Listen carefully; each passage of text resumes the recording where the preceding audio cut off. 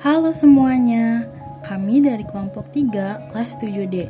Pada video ini, kami akan membahas mengenai pembangunan Tebet Eco Park sebagai ruang terbuka hijau di Jakarta. Hari ini, kami mulai mencari informan untuk mengetahui bagaimana pembangunan ruang terbuka hijau Taman Tebet Eco Park di Suku Dinas Pertamanan dan Hutan Kota di Wali Kota, Kota Administrasi, Jakarta Selatan.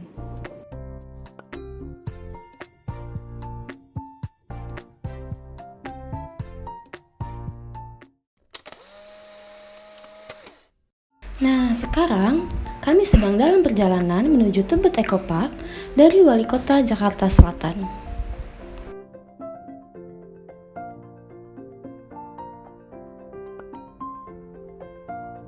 Dapat kita lihat sama-sama, ini merupakan area luar dari Tebet Eco Park.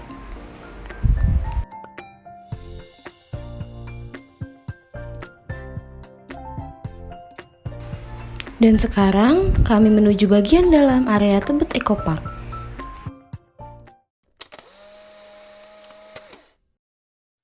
Ruang terbuka hijau atau RTH merupakan area memanjang atau jalur dan atau mengelompok yang penggunaannya lebih bersifat terbuka.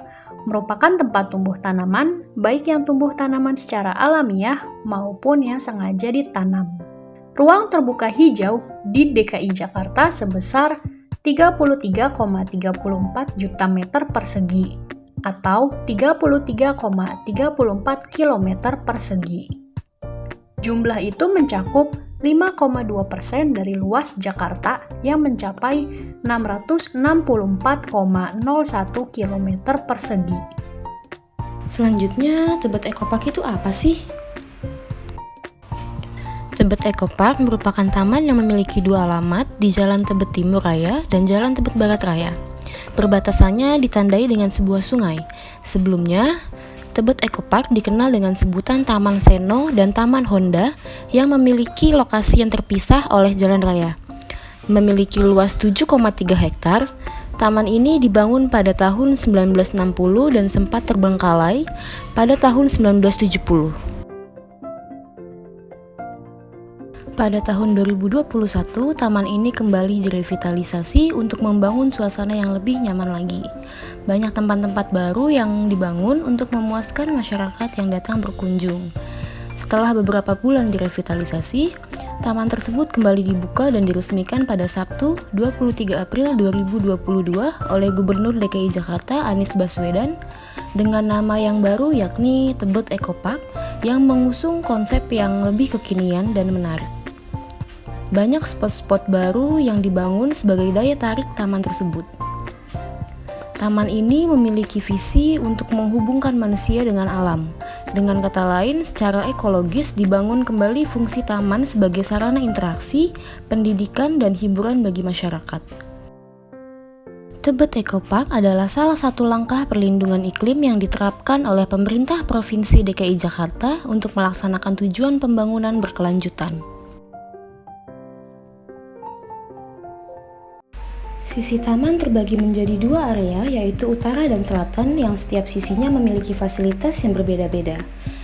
Yang pertama Infinity Link Bridge, Children Playground, Forest Buffer, Thematic Garden, Community Lawn, Plaza, dan Wetland Boardwalk.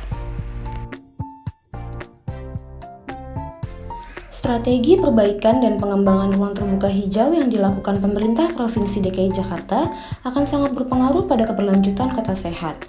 Karena banyak manfaat yang didapat dengan adanya kebijakan ruang terbuka hijau ini yang dibangun sebagai taman yang ramah lingkungan, seperti menjadikannya sebagai paru-paru kota, mengurangi pencemaran udara yang disebabkan oleh faktor manusia, mencegah banjir karena tersedianya area resapan air, sebagai sarana olahraga bagi masyarakat, serta dapat menciptakan keindahan dan kenyamanan dengan adanya berbagai macam pohon yang ditanam.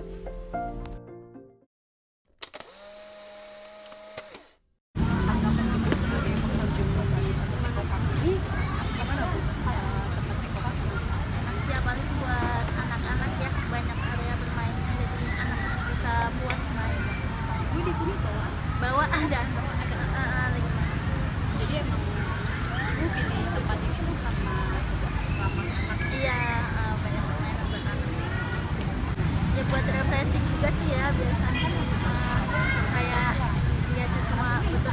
kenapa lah gedung-gedung gitu kan saya pakai pohon lumayan lah seger. Apa sih tanggapan Bapak mengenai RTH Tebet Eco Park ini dari segi progresnya, Pak? Ya alhamdulillah selama ini sudah dari ini kamu udah ada perubahan jauh sekarang dari yang dari sebelumnya ya. Sekarang buat anak-anak juga nyaman dan itu juga masuk kita gratis.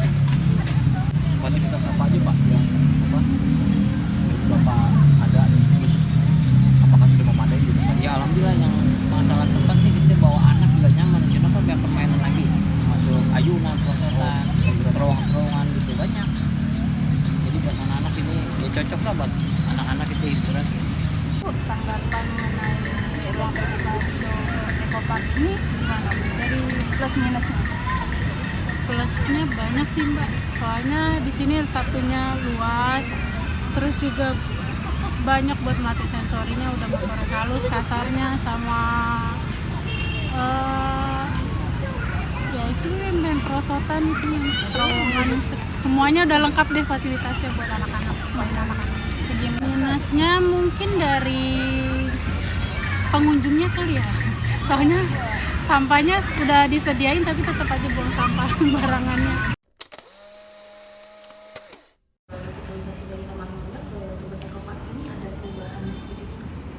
Kalau perubahan signifikan yang pertama itu adalah sebelumnya ini kan 2 taman dijadikan 1. Taman sebelah utara atau yang sekarang ada di sini adalah Taman Honda, dan di seberang sana itu adalah Taman Bibit. Jadi dijadikan 1 jadi Tebet Eco Park menggunakan link bridge jembatan gitu. Dan yang kedua adalah mungkin perubahannya itu dari layout, terus juga dari desain, dari arsitekturnya juga pasti berbeda. Dan di sini memang lebih fokus ke taman ya.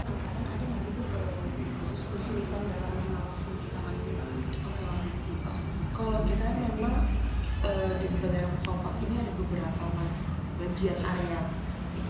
Untuk pengawasinya itu memang kita ada petugas keamanan atau pamdal.